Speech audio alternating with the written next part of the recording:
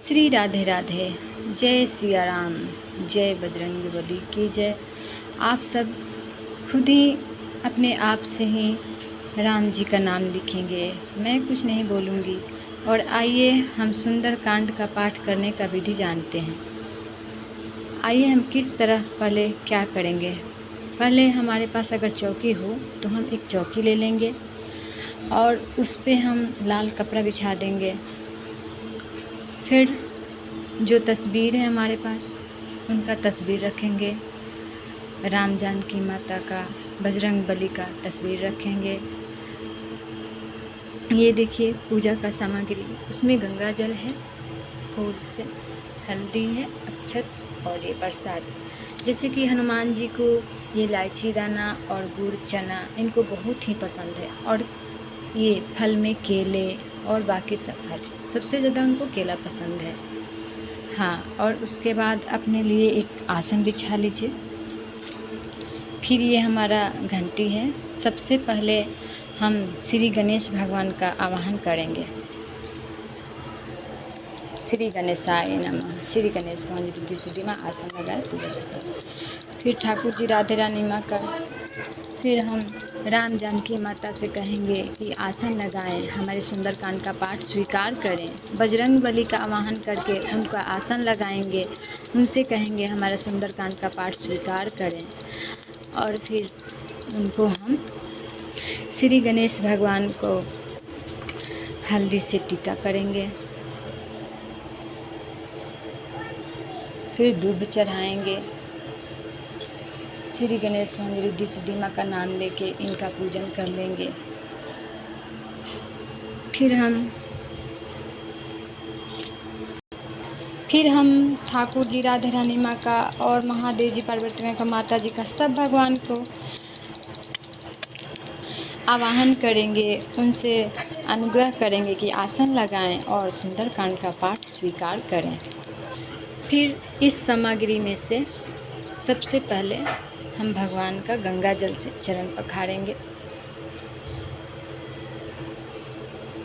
फिर माता जी का, उसके बाद बजरंगबली का, उसके बाद लक्ष्मण जी, भरत जी का नाम लेकर के चरण पखारेंगे। फिर हम चरणों में पुष्प अर्पित करेंगे। ओम चरणे कमले पुष्पे सुशोभिते नमः।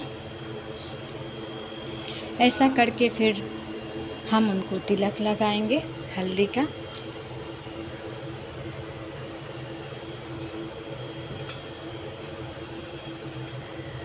फिर बजरंगबली को बहुत लोग कहते हैं छूते नहीं हैं, आप अलग से भी ऐसे उनका चरण पे लगा सकते हैं। और माता रानी को सिंदूर,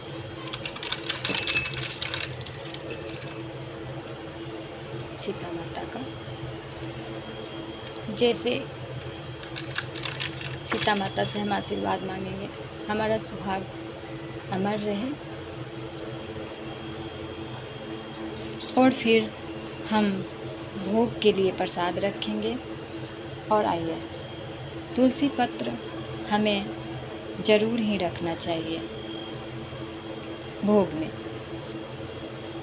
भगवान को भोग लगाने के टाइम तुलसी पत्र रखना चाहिए।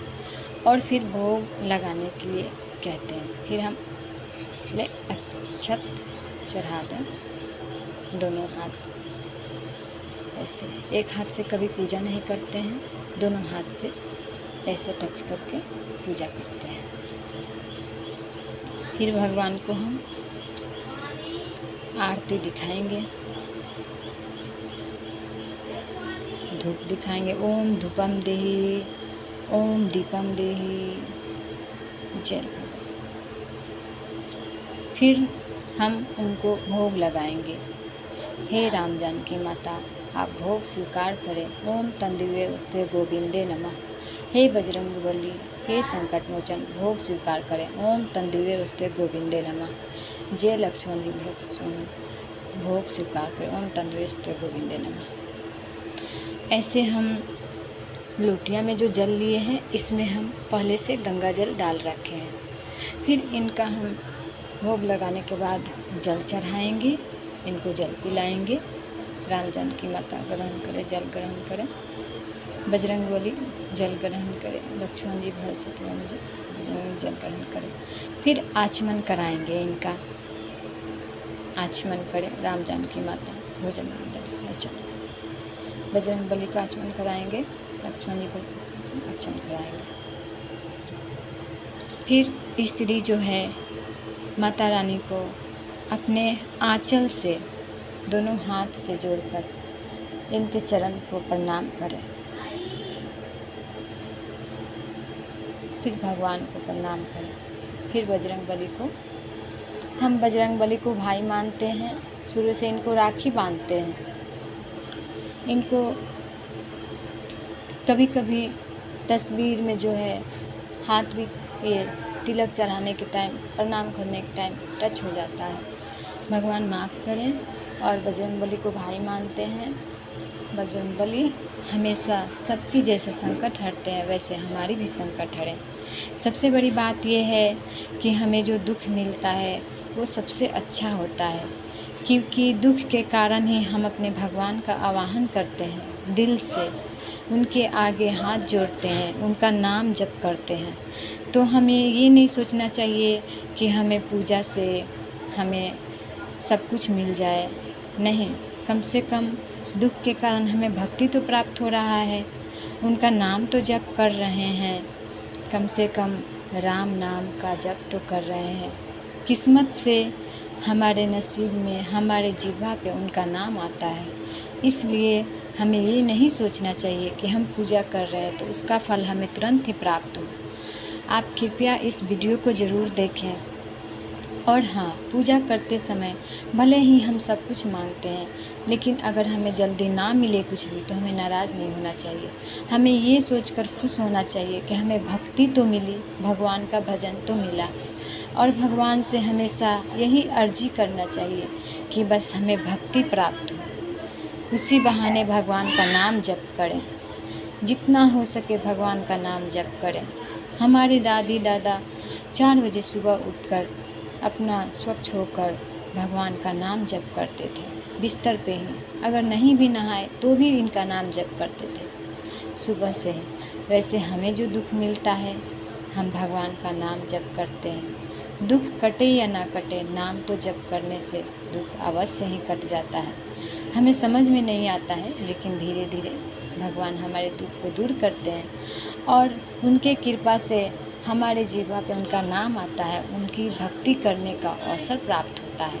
आप ये वीडियो ज़रूर देखें, पूरा सुने प्लीज़, और भगवान का नाम ज़रूर लें। जय सिया राम। सुंदरकांड का पाठ शुरू करने से पहले हमें सीताराम जी का आवाहन करना चाहिए। हम पहले क्या करते हैं कि हनुमान चालीसा पढ़ लेते हैं। हमें किताब देखकर ही हनुमान चालीसा पढ़ना चाहिए हमेशा, हाँ। और उसके बाद जब सुंदरकांड का पाठ शुरू करें तो पहले हम जाप करते हैं, सीताराम हनुमान सीताराम हनुमान सीताराम हनुमान सीताराम हनुमान सीताराम हनुमान सीताराम हनुमान सीताराम हनुमान सीताराम हनुमान सीताराम हनुमान सीताराम हनुमान। जय श्रीमन्नारायण। जय राम जानकी माता लक्ष्मण जी बजरंगबली हमारी पूजा स्वीकार करें। सुंदरकांड का पाठ शुरू करने जा रहे हैं। सबसे पहले गणेश भगवान का नाम लें। श्री गणेशाय नमः। श्री जानकी वल्लभ विजयते नमः। अगर आप सुंदरकांड का पाठ सुनना चाहते हैं तो आप एक बार ज़रूर बताएं, पूरी वीडियो देखें। कृपया आप भगवान का नाम जप करें। Thank you. राधे राधे। जय श्री राम।